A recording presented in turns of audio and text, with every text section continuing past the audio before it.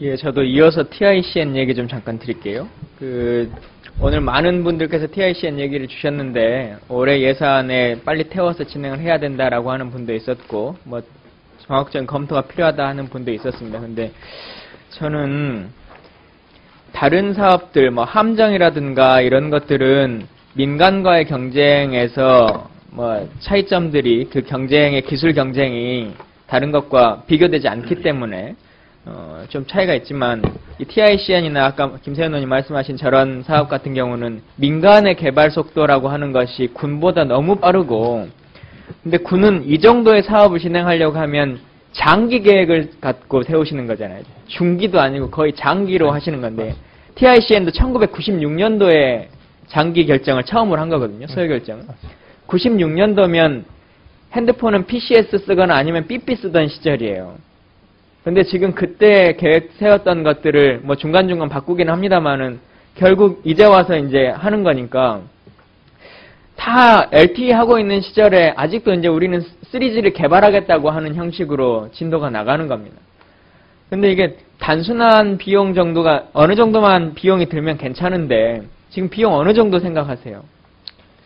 현재 뭐 정확한 총사업비는 다시 저희들이 이제 대략 한 지금 5조, 6조 사이라고 예, 5, 6조 정도 계획하시고 업체는 이 사업 지원 등을 감안하면 7, 8조 정도 들 거다라고 하는데요.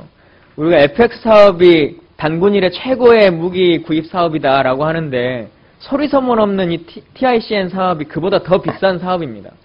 근데 문제는 FX는 들여오면 비행기를 바로 쓸 수라도 있는데 TICN은 지금 이 방사청이 자료로 설명하시는 것처럼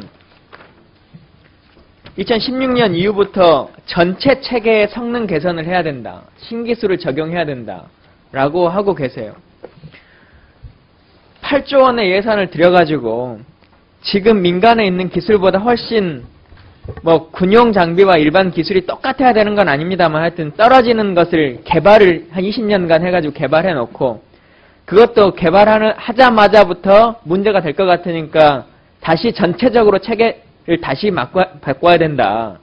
라고 하는 이 사업을 과연 꼭 해야 되는가에 대한 저는 문제 제기를 드립니다. 근데 꼭 TICN 사업이 아니더라도 방사청이나 군 관련 사업을 보면 두 가지 고민이 항상 저도 있는 것 같아요.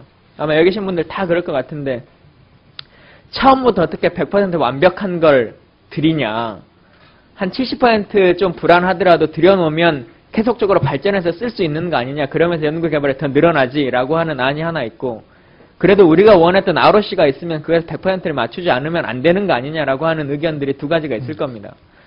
그런데 이 사업, 통신과 관련한 사업들은 저는 너무 오래전에 우리가 아주 옛날 생각으로 잡았던 계획이기 때문에 전면적인 재검토를 해야 된다. 이게 단순하게 몇천억 사업이 아니고 8조 원의 예산을 이렇게 쓰는 것에 대해서는 정말 국민들이 잘 모르는 사업이니까 이렇게 넘어가지 아마 이 사업을 비행기 사는 거라고 생각하면 국민들이 난리가 날 겁니다.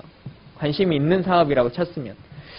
제가 제일 처음에 오늘 질문 드릴 때 청장님께 부탁드린 게 청장의 역할이라고 하는 게 결단하셔야 될 때 결단해야 된다라고 하는 건데 저는 이 사업이 계속 진행되는 이유 중 하나가 이거라고 생각합니다. 지금 여기에 1,400억 정도 예산 들어갔는데 여기서 멈추면 이까지 진행하는 과정에 있었던 누군가가 책임을 져야 될 겁니다. 뭐 법적인 책임이 아니더라도 왜 사업이 이렇게 될 때 못 막았냐라고는 책임이 있죠. 그 책임을 아무도 안 지우는 방법은 그냥 국민 세금 8조 원을 그대로 계획대로 정상적으로 투입하는 겁니다. 그리고는 또 다시 몇 조 원을 투입해가지고 제2차 TICN 사업을 하겠죠. 그러면 아무도 책임은 지지 않지만 세금은 다 낭비가 되는 겁니다. 그래서 이것에 대한 미군도 사실 이것을 진행하다가 우리가 미국의 JTRS 사업을 본받아서 모델로 삼았는데 2008년에 취소한 거 아닙니까? 미군도 더 이상 이걸 진행하면 안 되겠다 싶어서 윈티 사업으로 전환해서 바꾼 건데 한번 전면적인 검토를 해야 된다라고 하는 생각이 들고요. 시간상 나머지는 서면 질의하겠고 마무리로 늦은 시간까지 수고 많으셨는데 하나만 꼭 말씀드리면 오늘 이제 방사청의 실질적인 독립, 문민 통제 이 얘기가 이제 많이 나왔습니다. 근데 이제 저는 말씀 주셨는데 산림청의 인사를 농림부 장관이 하는 게 아니지 않습니까? 근데 방사청의 인사에 대해서는 군의 특수성이라고 하는 것 때문에 국방장관이 하는 역할이 훨씬 더 큰 거죠. 근데 이게 군이라고 하는 특수성을 충분히 이해한다 치더라도 10년이라고 하는 시간이 흘러왔다면 그 인사권에 대해서 어느 정도 건을 어떻게 청장이 가져올 것인지에 대한 고민이 충분히 있었어야 된다고 생각합니다. 이제 그 과도기를 끝내야 청이 실제적으로 청장님께 인사권이 있어야 군인들도 말을 제대로 들을 거 아닙니까?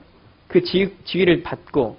근데 내 승진시켜줄 사람은 다른 쪽에 있으니까 하여튼 이제 10년이라고 하는 시간이 지나와서 이 과도기를 넘기려면 청장님이 그 인사권에 대해서 안행부의 새로운 TO를 가지고 하는 것도 따로 고민하시겠지만 국방부에서의 인사권을 어떻게 어느 정도 선까지를 확보해 오실 것이냐 이 고민도 좀 하시면 좋겠다는 생각이고요. 하나만 마지막으로 짧게. 아까 한교원님 말씀하실 때 국방연구소에서 그 체계개발 사업과 비무기 체계랑 관련해서는 논의한 적이 없다고 하셨는데 작년 제가 국감 때 그 질의를 해서 국방부에서 이걸 따로 연구소를 만들기는 어렵고 ADD 안에 팀 형식으로 하겠다라고 하는 보고를 해왔거든요. 근데 한 번도 논의된 적이 없다고 하셔서 이 관련한 사항을 국방부나 연구소에서 종합질의 전에 좀 답변 주시면 좋겠습니다. 네, 그 부분은 아까도 말씀드렸지만 현재 국방부에서 검토하고 있는 중입니다. 그래서 아직 저희들하고 구체적인 협의는 아직 없었습니다. 예. 자, 김광진 의원 수고하셨습니다. 다음은 2차 추가 질의의 끝으로 손인춘 의원께서 질의하시겠습니다.